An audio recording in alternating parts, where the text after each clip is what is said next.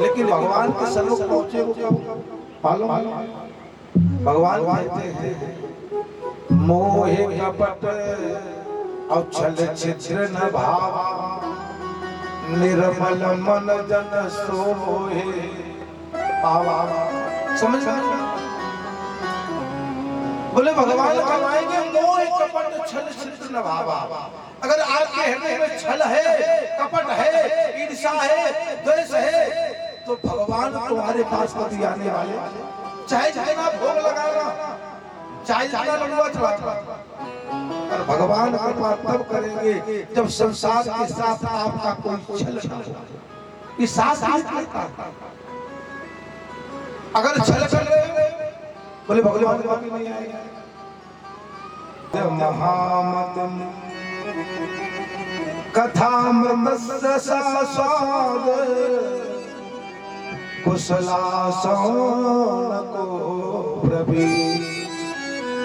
बोले महाराज आपकी पावन कथाएं आप सुनाइए। कथा मृत रसा स्वाद। बोले ऐसी कथा सुनाइए कैसे? अज्ञान धात विध्वंस कोटि शूर समप्रभा, सुधाख्यायी कथा सारम मम कर रसायन। वो कथा मुझे सुनाए जिससे मेरा अज्ञान दूर, और जब तक अज्ञान दूर नहीं होगा भाई कथा सुनने से फल कैसे है ना? अगर हम ये सोच रहे भगवान नहीं है तो भी तो कथा सुनने का मतलब, ये हम कहीं ये दुनिया नहीं है तो भी कथा सुनने का मतलब है ना? भाई श्री राम आए सब जग, वहां तो ज्ञान की जरूरत है, अज्ञान की जरूरत नहीं। बोले अज्ञान धात विध्वंस कोटि शूर समप्रभा, सुधाख्यायी कथा सारम मम कर्ण रसायन। मुझे वो कथा सुनाइए जो मेरे कानों को रस देने वाली हो। क्या देने वाली? तो कथा तो तभी अच्छी लगेगी जब रस हो। अब भाई साहब फिर अगर हो जाए तो कौन सुनेगा? अभी कथा हो रहा हम लोग सुन रहे, कहने वाले कह रहे, सुनने वाले सुन रहे, और यहाँ अगर कोई अभद्रता का व्यवहार होने लग जाए, बोलो कितने लोग बैठे, बताओ उसमें तो रस होना ही चाहिए। बोले काम करिए, कथा आप सुनाइए। कौन? बड़ा पावन श्लोक लिखा है। भक्ति ज्ञान विरागा तो विवेको पर, भक्ति ज्ञान विरागा तो विवेको पर।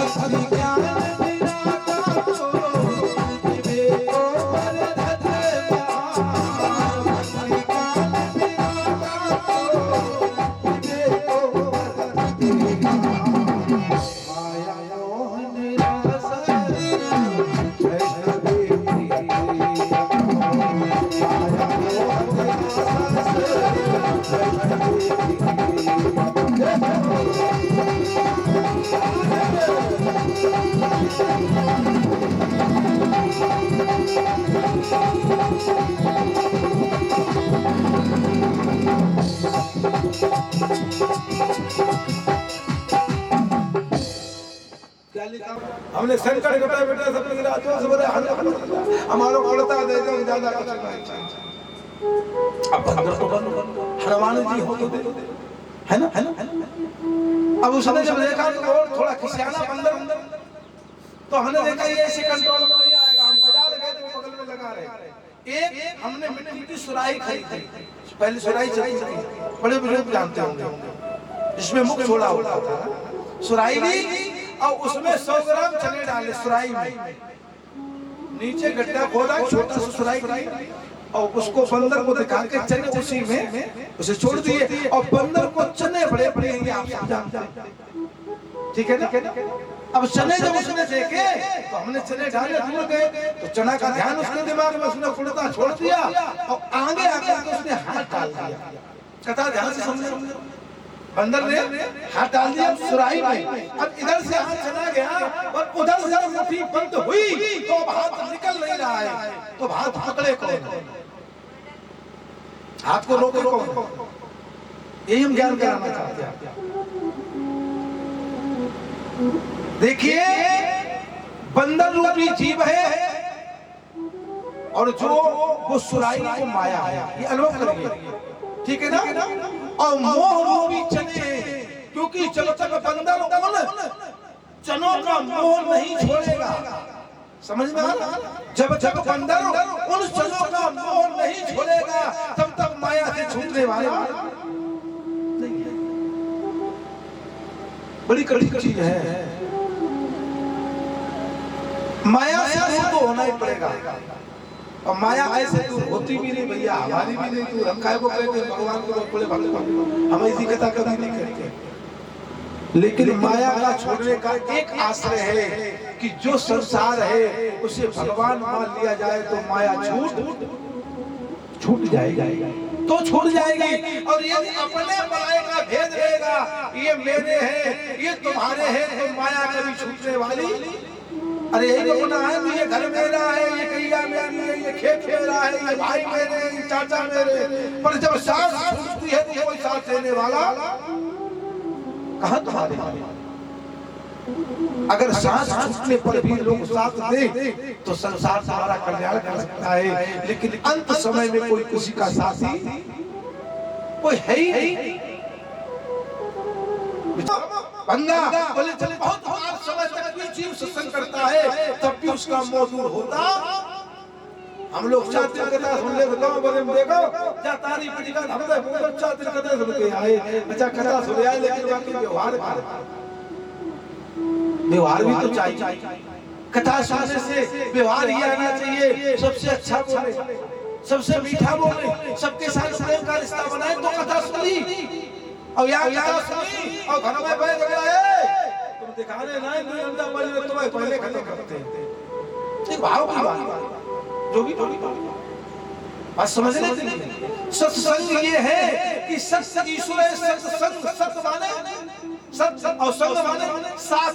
जो सत्य का साथ देगा वही सत्संग करेगा। जिसने सत्य का साथ नहीं दिया है वो एक बार नहीं लाख बार सत्संग में आए पर उसका कभी कल्याण होने वाला है नहीं। कहते हैं वहां चाहे कोई कमजोर व्यक्ति हो और चाहे रईस व्यक्ति हो, लेकिन लोगों का मत मैंने ये देखा है कि चाहे कमजोर लोग होते हैं, एक पार्टी कमजोर एक पार्टी रही, तो रही रहने वाले चक्कर में गरीब कोई कुछ कहने नहीं जाए, कुछ कहने लगेगा भैया ऐसी बात नहीं भाई तुम्हें देख ले हमें बोले मतलब सत्य कहने को लोग राजी नहीं। और भगवान से मिलना चाहते हैं, भगवान को तब मिलेगा जब आप सत्य बोलेंगे। आप असत्य बोलने से भगवान मिलेगा। संत ब्राह्मण कहते हैं ये हम मनुष्य का धर्म है, अगर सत्य की बात आए तो चाहे प्राण भी चले जाए पर सत्य हमें बोलना।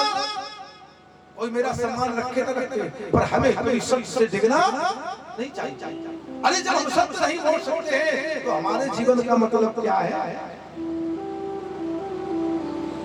सत्य बोलना हमारा धर्म है, वहां भी और यहाँ भी। घर में किसी से बात करो तो झूठ नहीं बोलो, सत्य बोल के जाओ भैया फलाने जगह जाना। सत्य बोलने में क्या बोला? लेकिन रामचरितमानस में ये भी लिखा है झूठे लेना झूठे देना झूठे भोजन झूठ देना। ऐसा युग आएगा कि लोग झूठ ही बोलेंगे और जो झूठ बोलेंगे उन्हीं के लोग साथ होंगे। हाँ ये भी हो रहा है, झूठों के हजार साथ। लेकिन एक बात याद रखना, झूठ के अधर्म के साथ जो रहता है उसे एक ना एक दिन मिटना ही।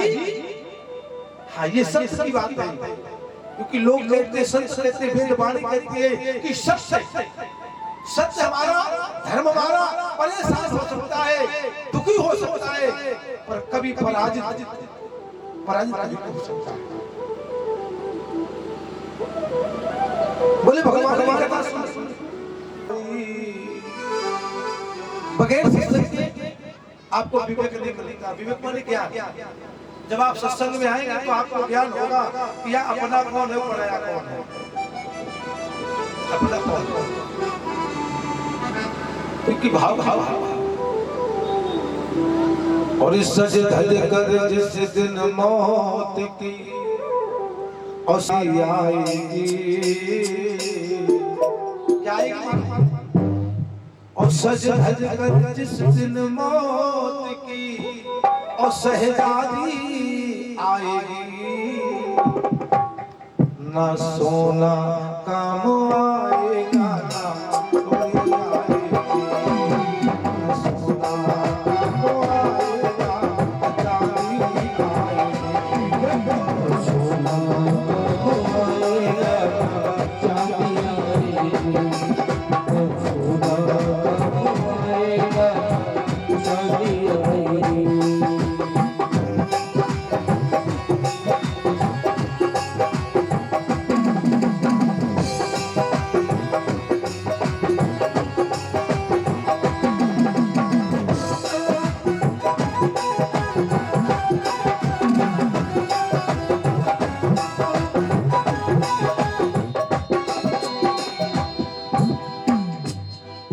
सज धज कर जिस दिन मौत की शहजादी आएगी,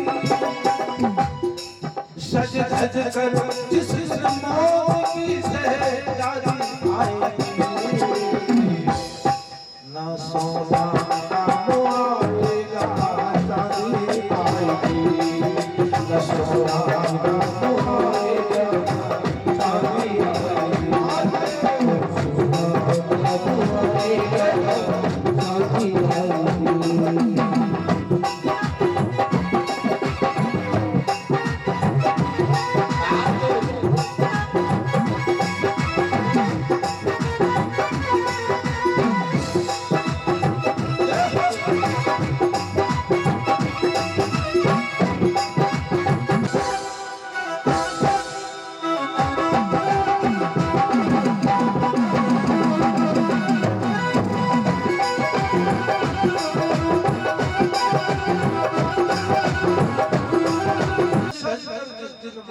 शहजादी आएगी, न सोना काम आएगा न चांदी।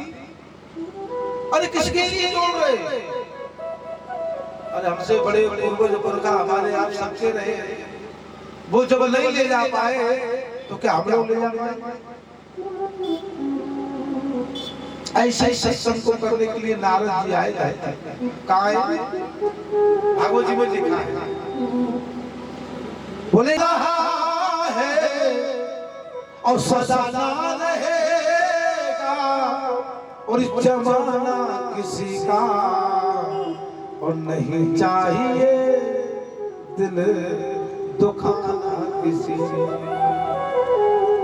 सच्चा सत्संग करना है ना तो हमें किसी को दुख नहीं देना है। करुण पुराण में लिखा है, जो लोग दूसरों को दुख देते हैं, दूसरों की बुराई करते हैं, दूसरों के प्रति गलत व्यवहार करते हैं, हो रात घोड़े नरकों नंदी उस जीव को घोर मौत में जाना पड़ता है। कथा ऐसी हमारे आगे अभी बात चल रही तपस्या। नारद जी ने ये देखा है, सत्संग नास्ति तपास और दया दान में दिखे। नारद जी ने देखा मैं तुम लोगों के अंदर दया है और आज कलयुग में कोई पहला एक होगा जिसके हृदय में दया हो। मैं ठोक करके कहता हूँ लोगों को दया है नहीं। आप मरते मर जाएंगे, लेकिन जहां तुम्हें जरूरत होगी समाज के लोग वहां आने वाले। दो काल उसके हैं, मेरा अनुभव कहता है, मेरा खुद का अनुभव कहता है। दो काल है, अगर कोई प्रॉब्लम लगी तो लोग क्या सोचते हैं, ये कमजोर आदमी है, एक बार आंटा ले जाएगा, फिर नमक मांगेगा, फिर धनिया मांगेगा, पैसे मांगेगा, इससे बढ़िया एक बार में छुट्टी कर दो। हाँ जी, कहाँ दया का भाव है? दया भाव है जब हम सब जीवों पर समान भाव दया करें। ये ध्यान से मेरी बात सुनना, ये आप माता बेटी भाइयों के कर्म है। अगर आपको अपने घर में सुख शांति चाहिए तो ये क्रियाएं आपको करनी चाहिए। आपको चीटी का भी भोजन कराना चाहिए। इसको भोजन कराना, आटा लेकर थोड़ा थोड़ा, आप लोग समझ। मछली को भोजन कराने का भी फल है, ठीक है ना? कुत्ते को भी भोजन कराना चाहिए। हमने देखा लोग कुत्तों को मारते हैं, दरवाजे दिया बेचारा चल जाता, चला गया। समझिएगा, कुत्ते को जो भोजन कराते हैं उससे आपके पितरों को सुख मिलता है, अनेकानेक बातें हैं, ये हमारा कर्म जुड़ा है। बड़े भाव विहाय भोक्तव्यम सहस्र स्नानम आचजे लक्ष्यम विहाय दातव्यम कोटि तत्वा हरि भजे। मनुष्य का पहला कर्म क्या है? शतम विहाय भोक्तव्यम, आपके 100 काम छूट जाए पर आपको पहले भोजन करना चाहिए। इस शास्त्र कहता है शतम विहाय भोक्तव्यम सहस्र स्नानम आचरे, 1000 काम छूट जाएंगे, लेकिन हम मनुष्यों का कर्म है कि हम लोगों को नित्य स्नान करना। एक दिन का विषय, गर्मी के लोग 3 दिन है ना, तो ठंडी में देखा भाई नहीं देते, बोले डाल बैठे ना भगवान है बच्चा तुम ये नहीं करे तो ये हां यही तो देखो